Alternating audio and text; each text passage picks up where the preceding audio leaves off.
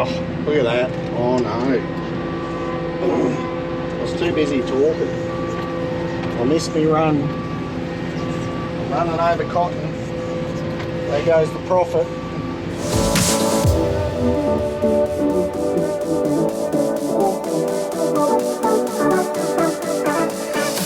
Well, g'day guys. Hope you're going well out there. Bit of a sea change for me. I'm not on the dozer, but I am in the mud a little bit, so that hasn't left me. But I haven't got bogged, so that's a good thing. No, we're just here in the cotton. We're just doing our first defoliation actually. So I just thought Matt wanted me to give you a tour around, you know, not just a view from the cab. So as hard as it was, I stopped, I got out, and we're just wandering here. So we've got bowls that are open. They're good to go. What we're doing is we're spraying to drop these leaves off and also help promote these late bowls here that are closed. Help them to open up, because you can't get the cotton when it's like that. And apparently if frost comes too, that can freeze them shut sometimes apparently. So it's a lovely sunny day. I think it's the next 2 days of 27, which is good. So we'll do it in the warm conditions. What else? We're doing a blanket. I'm not banding. This is some of the poorer stuff. I thought I'd pull up, you know. No point pulling up at the good patches. That's not necessarily reality, is it? So these little, that's real short. This got stunted from the wet weather. Had sort of water go over it and it just sort of never recovered. But surprisingly, even though it's little, it's got quite a good number of bowls. Reasonable number anyway for the size. So I think we're hopeful that, yeah, despite its stature, like myself, it might pack some goodies. Hopefully it yields a bit. So anyway, we'll jump back up in the cab here. Oh. And we are, put the ladder up there. We are doing something outrageous too. Well, I think it's outrageous. I'll show you a number here once I'll just get going here. I'll show you back there. Let's back up a bit where I stopped.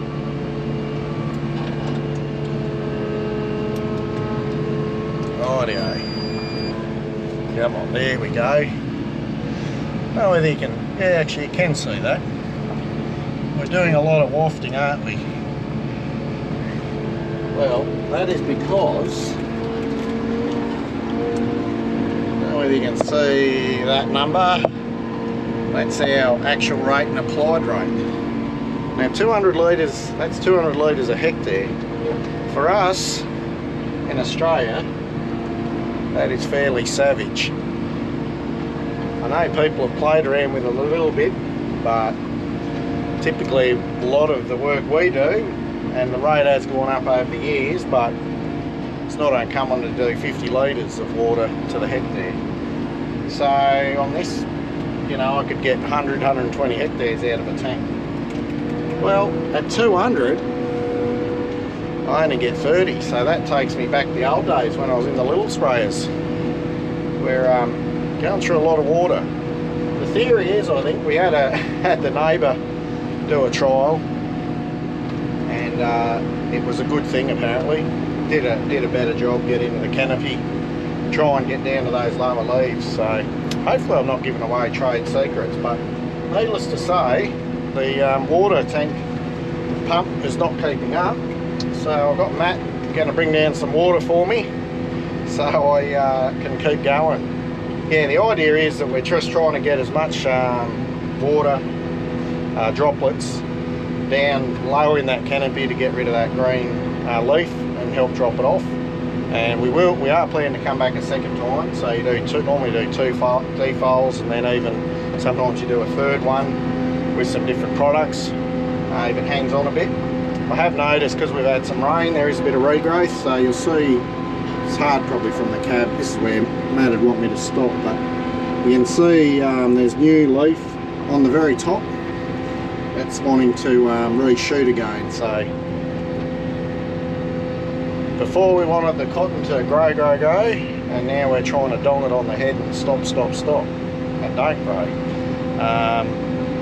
Yeah, but other than that, no, this is a bit better patch in here. It's there is some, I think there's some reasonable cotton, hopefully. But yeah, this water rate. So we're doing, what am I doing? Yeah, I'm doing 15 k's an hour, which, yeah, that's the correct speed. That's what all the experts say, hey, we've got to be doing 15 k's or less. To the fellas in Europe, I'm not sure in the US and those guys, what you guys do over there, but I know in Europe with the veggies and their little paddocks, they'll be doing, you know, very high water rates, probably even up to 500 litres, I think I've heard, a hectare. So they know how to put some water down. But just with the sheer scale here, like what we've got, 300 hectares roughly, just in this paddock that we're doing. So what's 3 2s or 6? So that's like 60,000 litres of water just to spray this, do the one pass. So yeah, it does add up a bit. But anyway, we're sort of halfway. I'm going to try and stagger it over 2 days. I'm going to try and do the 150 today, so that'll be about 5 loads, and then overnight we'll give the chance for the tank to fill up again, and then I'll wait for the warm part of the day tomorrow and go again. So that's the rough plan. One good thing about only doing 15 k's is it's very relaxing. It's like you can just sit back and enjoy, and you're not like on tender hooks waiting for a big washout to catch you. You've got a bit of time to get organised. The other thing you may not see in the front there's just old tracks. They're pig tracks. We've been getting a few piggies in here. The area here, they've been trying to hit them pretty hard with the group effort, trying to get on top of the feral pigs. I don't know if we'll ever get on top of them, but they just breed too prolific. But we, at least if we can keep their numbers down to a level where it's not going to totally decimate your paddocks, crops, that would be helpful. I don't know what else to say, guys. You gotta, in the comments, give me a bit of, give me a bit of inspiration maybe. Help me out. So I can, oh, look at that. Oh no. I was too busy talking. I missed me run. I'm running over cotton. There goes the profit. I've got to get down that one. Right. Yeah, I missed me run. Now we're right down here. I'm not very good at multitasking. We're given the trailer Dad's been working on for the last week or so, given that its maiden run. So it's full, got 3,000 litres. Brad's currently defoliating the cotton, and he's going on at about 200 litres per hectare. So he's chewing through the water, and the tank and the bore system down at that property can't keep up at that rate. So, well guys, it is working, which is excellent. Got a bit of a leak there, but we don't worry about leaks like that. I think he only needs another couple hundred. So, no, it seemed to tow pretty well, the trailer. It's a bit, yeah, it was good. I haven't had to be a water boy for a long time.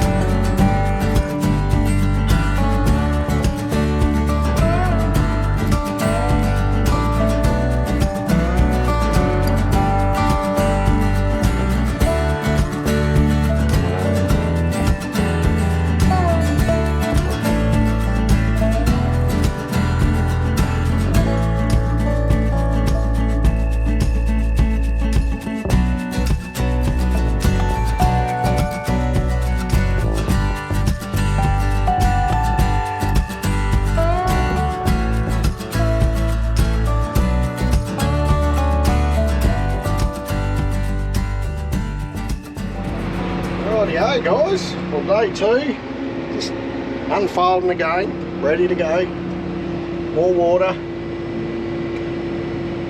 Come on. We had a old sprayer that used to go on the back of our tractor on the linkage. Had to get out and do it by hand, unfolder. So we've moved up in the world, haven't we? It's pretty good. Rightio. Make sure we get some spray action. Yep, can see it. That side, just getting the heights right. So we've got some, yeah, we're having a few water issues keeping up. So I've got Riley, he's my water boy today. He's going back and forwards to the other farm, getting water and bringing it down for me. So we're doing a up and a back, and then I've got to fill up. So using about 6,000 litres for, yeah, one run basically. Up, back, and yeah, go again. But hopefully it's doing a good job. Yeah, we will see. I should probably do a trial where we just go back to 100 litres, shouldn't I? Just see if there's a difference. If I run out of water, that's what I might be doing. And I think the next spray, you can just see there's a few weeds there. A few starting to come through, might be a bit little for the camera to pick up, but lots of little ones coming through from the rain. So we might, next time we come through, which will be in about, what, 10 days or something, 9 days, we might run something in there and then to do with the, when we pick it, we're actually going to use a cotton stripper this time. It seems to work better in the dry lander situation generally, they reckon. But we'll do that, then we'll get the bales off, slash it, you've got to slash it or mulch it, and then we'll, part of the process is because we didn't defoliate by the 31st of March, I think it is, you have to pupae bust, which basically means cultivate or work the country. So that's what we're going to be doing, which there is a product we can use that you get the spray plane in, and it means you don't have to pupae bust, but it's about the same cost as cultivation. And I'm pretty keen to cultivate because we've had a few floods go through this paddock and it's a bit rough, so I'm pretty keen to get it cultivated. So the idea is, by cultivating, is you erect the pupae. So they call it pupae busting. So basically they go in the soil, and then apparently they got like a little hook shape like a J, and then they go up and make their little cocoon. So you want to go down, I think it's about 4 inches or about 10 centimetres, and then that rips up that little J hook so the pupae don't survive. That's the idea of that. And because we got some moisture, we've had some rain, I think.